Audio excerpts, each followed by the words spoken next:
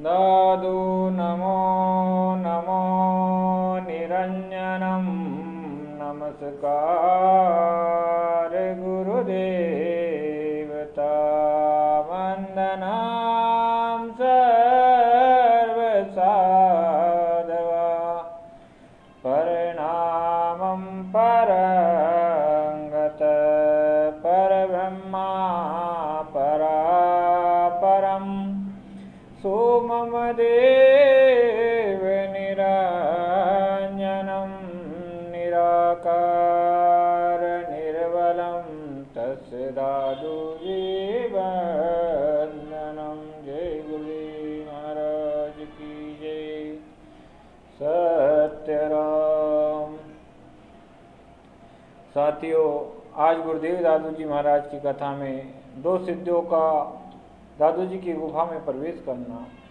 दादू जी महाराज जगजीवन राम की शिष्य हो जाने के बाद, उनका अहंकार टूट जाने के बाद दादू जी महाराज ब्रह्मा की भक्ति करते हुए आमेर में निवास कर रहे थे और सभी शिष्यगण मंडली भी, संत मंडली भी दादू जी के आसपास ही भजन किया करती थी और दादू जी के बताए हुए मार्ग पर चल रही थी। एक दिन गुरुदेव दादू जी महाराज शिष्य मंडलियों सहित भक्त ब्रह्मा का भजन कर रहे थे और दादू जी महाराज अपनी रोज की दिनचर्या के अनुसार गुफा में भगवान का भजन कर रहे थे और उसमें गुफा का द्वार बंद रहता था। तब दो सिद्ध से आमेर आए और दो सिद्धों ने पूछा कि दादू जी कहाँ हैं। तब दादू जी के शिष्य और भक्त मंडली ने कहा कि दादू जी महाराज तो इस समय गुफा में ध्यानस्थ हैं, थोड़ी देर बाद उनके वो गुफा से बाहर आएंगे और आप उनसे मिल लेना। तब उन्होंने कहा कोई बात नहीं दादू जी, अगर गुफा के अंदर है तो हम गुफा जाने में हमारे को कोई आपत्ति नहीं, हम गुफा में जा सकते हैं। तब शिष्य मंडली ने कहा कि गुरुदेव दादू जी महाराज ने गुफा के द्वार तो बंद करवा रखे, आप कैसे जाओगे, कि द्वार बंद है तो क्या हुआ, फिर भी हम चले जाएंगे। इस प्रकार उन दोनों ने अपनी सिद्धता दिखाने के लिए अपने रूप को सूक्ष्म कर लिया और गुफा के दीवारों से, छेदों से होते हुए दादू जी के पास अंदर प्रवेश कर गए। उनकी ये सिद्धि उन्हें बहुत समय तपस्या करने में प्राप्त कही थी। दादू जी महाराज के सामने बैठ गए। तब थोड़ी देर बाद गुरुदेव जी का भी समय हो चुका था, उन्होंने भी अपने समय अनुसार ध्यान आंखें खोली तो देखा कि सामने दो सिद्ध संत बैठे हुए हैं। उन्हें सतराम किया और सतराम करने के बाद दादू जी महाराज ने उनसे कहा कि आप लोग अंदर कैसे आए, गुफा के द्वार तो बंद है। तब दादू जी महाराज को उन दोनों ने कहा कि हम गुफा के ये दरारों से अंदर आ गए, इन छेदों के द्वारा अंदर आ गए। तब दादू जी महाराज ने सोचा कि ये ऐसा कैसे हो सकता है। तब ध्यान लगा के देखा तो सारी बातें समझ में आ गई कि इन दोनों को सिद्ध है और इन्हें सिद्धि का अहंकार आ गया है। तब दादू जी महाराज ने कहा कि आपने ये सिद्धि पाने के लिए तो वर्षों लगा दिए होंगे, तब जाके आपको ये सिद्धि प्राप्त हुई। तब उन्होंने कहा हाँ ये बात तो सही है, इसमें प्राप्त करने में लिए वर्षों लग गए। तब दादू जी महाराज ने कहा ऐसी सिद्धि पाने के लिए आपने वर्षों गंवा दिए, अगर आप राम भजन करते, परमात्मा को याद करते और उसका भजन करते तो परमात्मा को प्राप्त कर लेते। ऐसी चीज़ों को पाने के लिए इस चीज़ों से फायदा क्या है कि कीट पतंगे चींटियाँ भी तो इस छेदों से अंदर बाहर आ जा सकती है और इसमें कौन सी बड़ी बात थी। इन सिद्धि को पाने का कोई लक्ष्य, कोई उपदेश समझ में नहीं आता।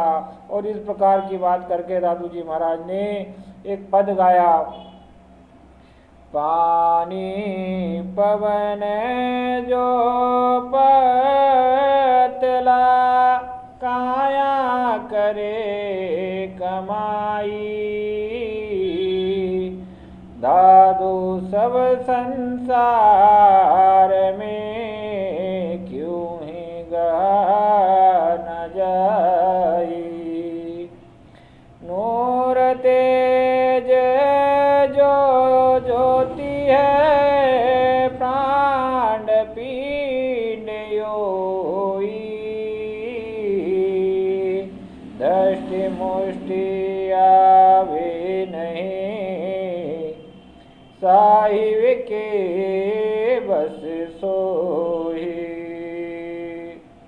गुरुदेव दादू जी महाराज कहते हैं कि प्राणी पवन क्यों पतला, यानी आप काया करे कमाए, आप पानी से भी पतले क्यों हो रहे हो, आपने सिद्धि को उनके अहंकार में क्यों कहे हो। काया जो कमाई करती है उसी को भोगती है, आपने अपना जीवन यूं ही व्यर्थ कर दिया। फालतू के लक्ष्य को प्राप्त करने के लिए आपने ब्रह्मा का भजन छोड़ दिया। इस प्रकार दादू जी महाराज ने उनको लक्ष्य करके इस पद के माध्यम से समझाया। तब उन दोनों को समझ में आया कि हमारा जीवन तो बेकार चला गया, अब हम क्या कर सकते हैं। तब दोनों सिद्धों ने गुरुदेव दादू जी महाराज से प्रार्थना की कि प्रभु अब आप हमें कोई रास्ता दिखाइए और आप हमें अपना शिष्य स्वीकार कर लीजिए। तब दोनों शिष्यों ने दादू जी महाराज से प्रार्थना करी तो दोनों शिष्यों को गुरुदेव दादू जी महाराज ने ब्रह्म इच्छा मानकर परमात्मा की मर्जी से उन दोनों को अपना शिष्य स्वीकार कर लिया। और उन दोनों सिद्धों का नाम था जग्गे जी और मारू जी। ये गुरुदेव दादू जी महाराज के 100 शिष्यों में से 7वें और 8वें शिष्य हुए। इस प्रकार गुरुदेव दादू जी महाराज के शिष्यों का विस्तार होता चला गया। इसके बाद गुणीदास नाम के एक शिष्य थे जो आमेर में एक सज्जन राजवंश में जन्मे थे। उन गुणी नाम के दादू जी को प्रणाम कर एक दिन दादू जी के पास आए और प्रणाम किया। प्रणाम करके दादू जी महाराज ने कहा, उनको एक पद अवश्य सुनाया, दादूनी का नाम है हरि हृदय न विसार,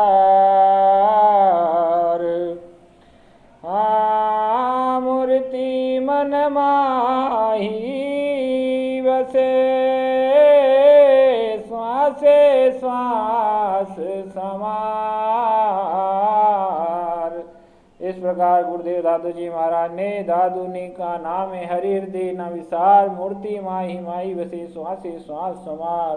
गुरुदेव दादू जी कहते हैं परमात्मा तो हृदय में बसता है, उसका नाम मत विसारना, और मूर्ति यानी शरीर के अंदर ही बसता है, इसे सांस से सांस संभालता है कि सांस आपकी कीमती है, इस सांसों का उपयोग करना, क्योंकि ये सांसें जाने के बाद आपको मिल नहीं सकती।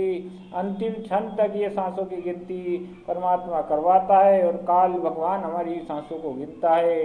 ये खत्म होने के बाद आपको मिलेगी नहीं और इसको सही तरह से संभालने की ज़रूरत है, परमात्मा का भजन करने की ज़रूरत है। इस प्रकार गुरुदेव दास जी को गुरुदेव दादू जी महाराज ने उपदेश दिया। तब गुरुदेव दादू जी महाराज ने दादू जी महाराज को अपना गुरु मानकर और दंडवत प्रणाम करके उनसे कहा, गुरुदेव मुझे अपना शिष्य स्वीकार कर लीजिए। तब गुरुदेव दादू जी महाराज ने उनकी भी इच्छा पूरी कर दी और उन्हें भी ब्रह्म भक्ति में लगा दिया, सत्यनाम मंत्र का उपदेश दे दिया। और इसी प्रकार गुणीदास जी महाराज जो गुणीदास जी थे वो गुणीदास जी महाराज हो गए और गुरुदेव की दादू जी की साधना पद्धति को अपनाकर अच्छे संत हुए। दादू जी के 100 शिष्यों में से गुणीदास जी महाराज 9वें शिष्य हुए। इसी प्रकार दादू जी महाराज की ख्याति चलती रही। इसके बाद गुरुदास जी महाराज के बाद में द्वारका दास जी महाराज भी गुरुदेव दादू जी महाराज के दर्शनार्थ करने एक दिन आए और उन्होंने भी दादू जी महाराज को प्रणाम किया। प्रणाम करने के बाद गुरुदेव दादू जी महाराज ने द्वारका दास जी को भी एक पद के माध्यम से उपदेश दिया। वो पद इस प्रकार था, एक मूरत मन रहे नाम निरंजन दादू तब ही देखता सकल कर्म करना। इस प्रकार गुरुदेव दादू जी महाराज ने गुरुदास जी के बाद में द्वारका दास जी को ये पद के माध्यम से समझाया और उन्हें भी परमात्मा के एक मुहूर्त बन रहे भगवान के नाम का निरंजन करने का, भजन करने का कोई समय नहीं होता। बस आपके चित्त परमात्मा में, राम में लगी रहना चाहिए। दादू तभी देखता सगर कर्म का, तो देख परमात्मा में लीन हो जा और देखते देखते सारे कर्मों का नाश हो जाएगा, सारी चीज खत्म हो जाएगी। इस प्रकार गुरुदेव दादू दादू जी महाराज ने द्वारकादास जी को भी उपदेश दिया। द्वारकादास जी ने भी गुरुदेव के वचनों से प्रभावित हुए और फिर उन्होंने भी गुरुदेव से वंदना की कि प्रभु हमें शिष्य स्वीकार कर लीजिए। तब गुरुदेव दादू जी महाराज ने द्वारकादास जी के सर पर हाथ धर दिया और सत्यनाम मंत्र का ब्रह्म भक्ति में लगा दिया। गुरुदेव जी की साधना पद्धति को अपनाकर द्वारकादास जी भी बहुत अच्छे संत हो गए और वो द्वारकादास जी दादू जी के 100 शिष्य में से 10वें शिष्य हुए।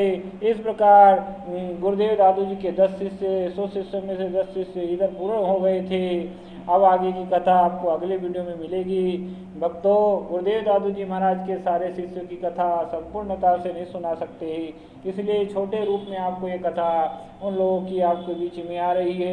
इससे आपको ये मालूम हो जाए कि गुरुदेव दादू जी महाराज के शिष्य कितने थे और किस प्रकार वो आए थे।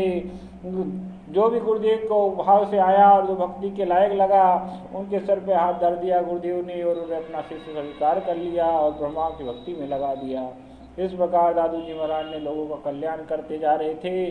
जन जन में राम की महिमा फैलाए जा रहे थे, भगवान की कीर्ति फैलाए जा रहे थे और सत्यराम का प्रचार किए जा रहे थे। इसके साथ अब दादू जी महाराज की ये कथा गुणिदा द्वारकाधीश की दास की कथा के बाद में अपनी वाणी को मैं विराम देता हूँ। अगले कथा में आगे बढ़ने में अगले वीडियो में आपको मिलेगी। आप लाइक सब्सक्राइब करके वीडियो को प्रमोट कर देना और मेरा हौसला बढ़ा देना। कमेंट में सतराम जरूर लिखना। साधु राम सत्य राम।